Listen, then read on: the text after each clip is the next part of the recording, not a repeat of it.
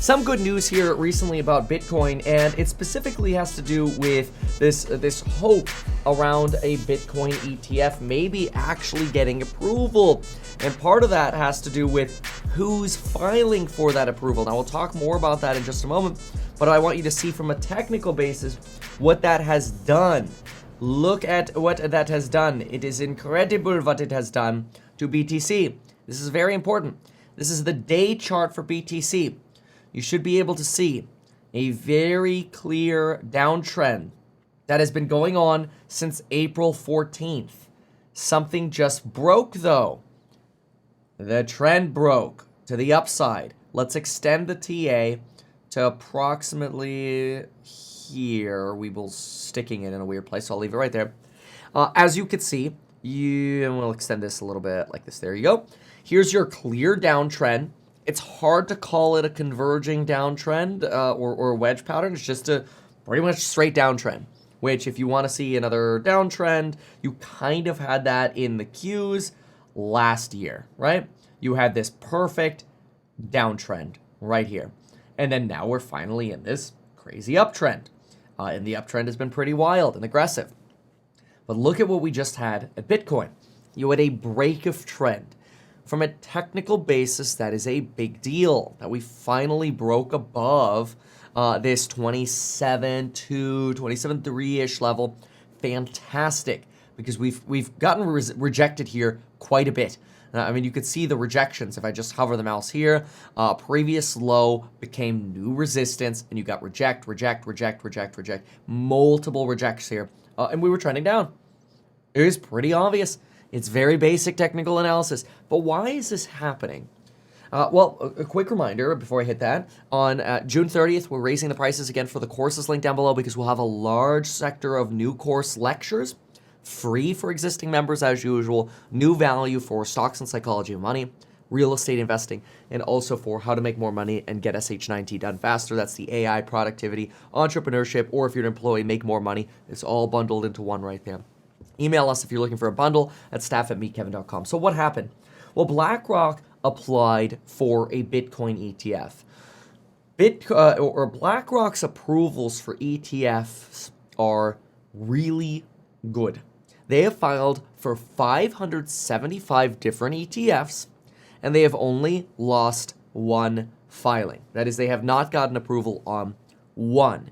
And that was for a non-transparent ETF in 2014. And since then, the ETF has actually approved non-transparent ETFs.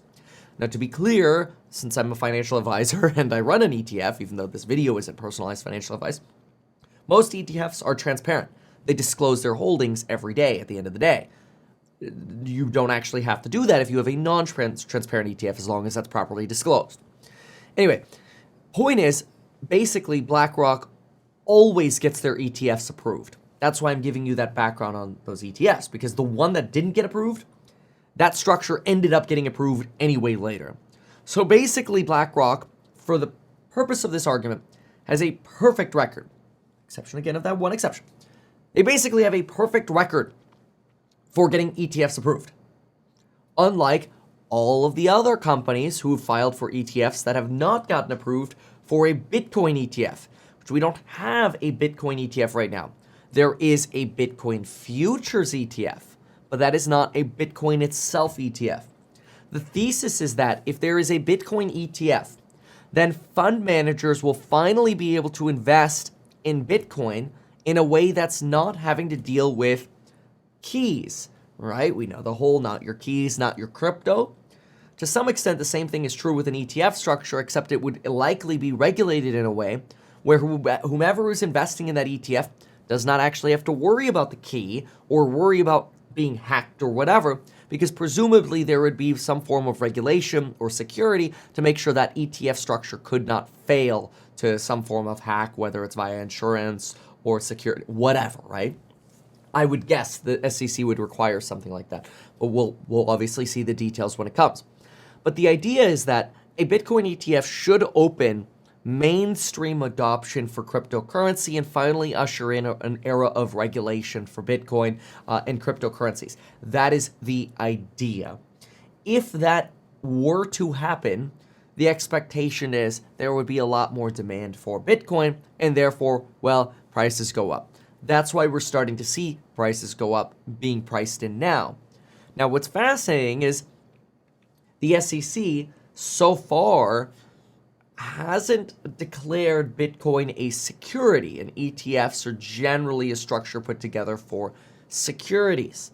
Although there are also funds that trade for commodities, so it kind of makes you wonder. Okay, would this ETF application have to also go through the Commodity and Futures Trading Commission, where we suspect that Bitcoin and Ethereum would probably lean more towards commodities versus securities? Who knows? But the point is, the fact that BlackRock filed for this ETF suggests that maybe the suits running Wall Street are finally feeling comfortable that, hey, we're actually ready for a Bitcoin ETF, and it's injecting a lot of enthusiasm. Now, keep in mind, this is going to be the 28th attempt at launching a spot Bitcoin ETF. Spot just means like the underlying asset rather than like a futures. And this is about the 20th company to file. You've had other companies like even Cathie Wood over at ARK file for a Bitcoin ETF, and nobody's gotten it yet. They've basically just been ignored by the SEC. And generally it takes around a full 240 days to decide on an ETF as to whether or not they'll approve it or not. Usually they tend to give some form of response within the first 45 days. They can keep kicking the can down the road and eventually just deny you. But since BlackRock is doing it, a lot of people are speculating this is it. And maybe in 2023, we'll actually end up getting an approved Bitcoin ETF, which would be a way for individuals on, let's say, Robinhood or whatever to go in and say, rather than just buying BTC, where Robinhood is custodying that Bitcoin for you, you're able to buy an ETF, call it BBTC, BlackRock BTC, just as an example. I don't know what ticker it's going to be. And now all of a sudden, they're custodying it in an SEC-approved manner for a transparent ETF that would hold the underlying asset. This is not to be confused with like a grayscale Bitcoin trust, which is sort of a way of investing in a fund. It's a closed fund where you can invest in Bitcoin through a fund. But the problem with GBTC is it doesn't actually trade at net asset value. It trades at a discount, sometimes as much as a 50% discount. And that's because there are liquidity problems because it's a closed fund. You get this potential arbitrage on GBTC. You wouldn't have that in an ETF. However, it creates a potential money-making opportunity.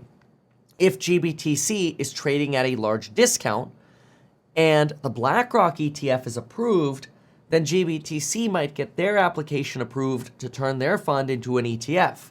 If they turn their fund into an ETF, we would expect GBT's valuation to get to net asset value, which basically means GBTC would skyrocket and that arbitrage opportunity would vanish as basically people realize profit. That would be a big deal and a big day for GBTC and the Bitcoin community and everyone, which is very bullish for BTC. So in case you're wondering, a little bit of a catch up as to why all this stuff is happening, there you go. The BlackRock move into filing an ETF with a near perfect record, you may as well call it perfect, is very bullish. It's great for GBTC. It's great for institutional access to BTC. It's great for not potentially having to worry about, again, it depends on what regulations and security and insurances we see, but the whole not your keys, not your crypto, because I think a lot of people are intimidated by, I need to, back up my private keys on a hardware wallet. What even is that? What is cryptography and why do I have these 16 different words that I have to remember? Here, let me read you mine. Oh, wait. Yeah, it takes away a lot of the barriers and potentially ushers in an era of positive regulation rather than, to some extent, the nonsense crypto has been going through lately, which is somewhat, hey, you all should be regulated. Okay, what are the rules? We don't know. Okay, how about these rules? No. Okay, can we work with you on this? Sure, we'd love to work with you. Okay, now we're working with you. How does this sound? Screw you, we're suing you, Coinbase, or whatever, right? Like, that's roughly what regulation has felt like. I personally think that's a failure of Congress. Congress should make the rules, and then the SEC can enforce them. But since Congress ain't doing anything, it's on lawyers at the SEC to basically put their opinions in front of a judge, and then a judge to regulate. And now you go and like, well, who is the judge that's actually going to decide what is a commodity versus a security? Is it going to be the Supreme Court? And then you look and go, do you trust the Supreme Court to figure it out? Like, are they really going to be suddenly crypto experts who are going to figure this out? Although, do they need to be? Do the crypto experts instead present arguments for why something should be what, and then the Supreme Court does decide? It'd be a lot easier if some lobbyist wrote a law that was, had the free market do its little manipulation to it via lobbying. That's what happens. And then Congress actually pass a law that the SEC can actually enforce rather than all this lawsuit nonsense. Hate lawsuits. Anyway, all that said, BlackRock ETF, bullish. How bullish? Very bullish. Why are we breaking trend? Because of the BlackRock ETF. Breaking trend, also bullish. Get denied on Bitcoin ETF at BlackRock? Very bearish. So that is a risk. All the good I just said would get turned on its head if even BlackRock got denied. And so there is that potential. If there was no collusion around, hey, y'all ready for us to file that Bitcoin ETF? We always get approved. You're going to approve us this time, right? And if someone at the SEC is like, yeah, we'll approve you, great. If that didn't happen and BlackRock gets rejected, that's really bad. Because then it's like, this is never going to happen until the Supreme Court gets to it, which will take years. So, as usual when it comes to finance, it's either really good or really bad. But if you actually want to know how to build wealth for sure, like in the 0 to Millionaire real estate investing course, my opinion, you can build wealth for sure. I really think everybody can benefit from it. Check out the programs linked down below. 0 to Millionaire Real Estate, Stocks and Psychology of Money, how to make more money. Check out those programs before the 30th. We're getting rid of the phased price increases. We're just going to do a large lecture set release and raise the prices at the end of this month. Email us at staff@meetkevin.com if you'd like to bundle up, and McKay will get back to you today. Pressure. All right. Yes, somebody here writes, oh God, if it was denied, bye crypto market. And then somebody else replies, then buy more. Yeah, BlackRock gets denied, it's going to become a problem. Somebody here writes, once you learn about public-private key cryptography, crypto becomes easy. That's basic, but you just lost a lot of people at learn. I know, mind-blowing, right? A lot of people refuse to invest in themselves and actually learn. Is MicroStrategy one of the best ways to invest in BTC through a non-ETF? Some people make that argument because they hold so much Bitcoin that you could potentially just look at their market cap compared to how much BTC they own.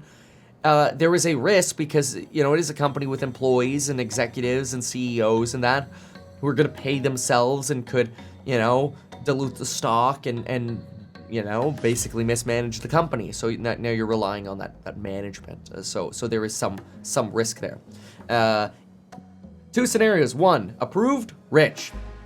Not approved, not rich. Yes. It is binary. Really good or really bad. Now, I want you to know this. When it comes to AI, time is what's going to make you money. And if you can prove that value to an employer, you'll always be able to be employed. So this is another way of making sure that you don't get replaced by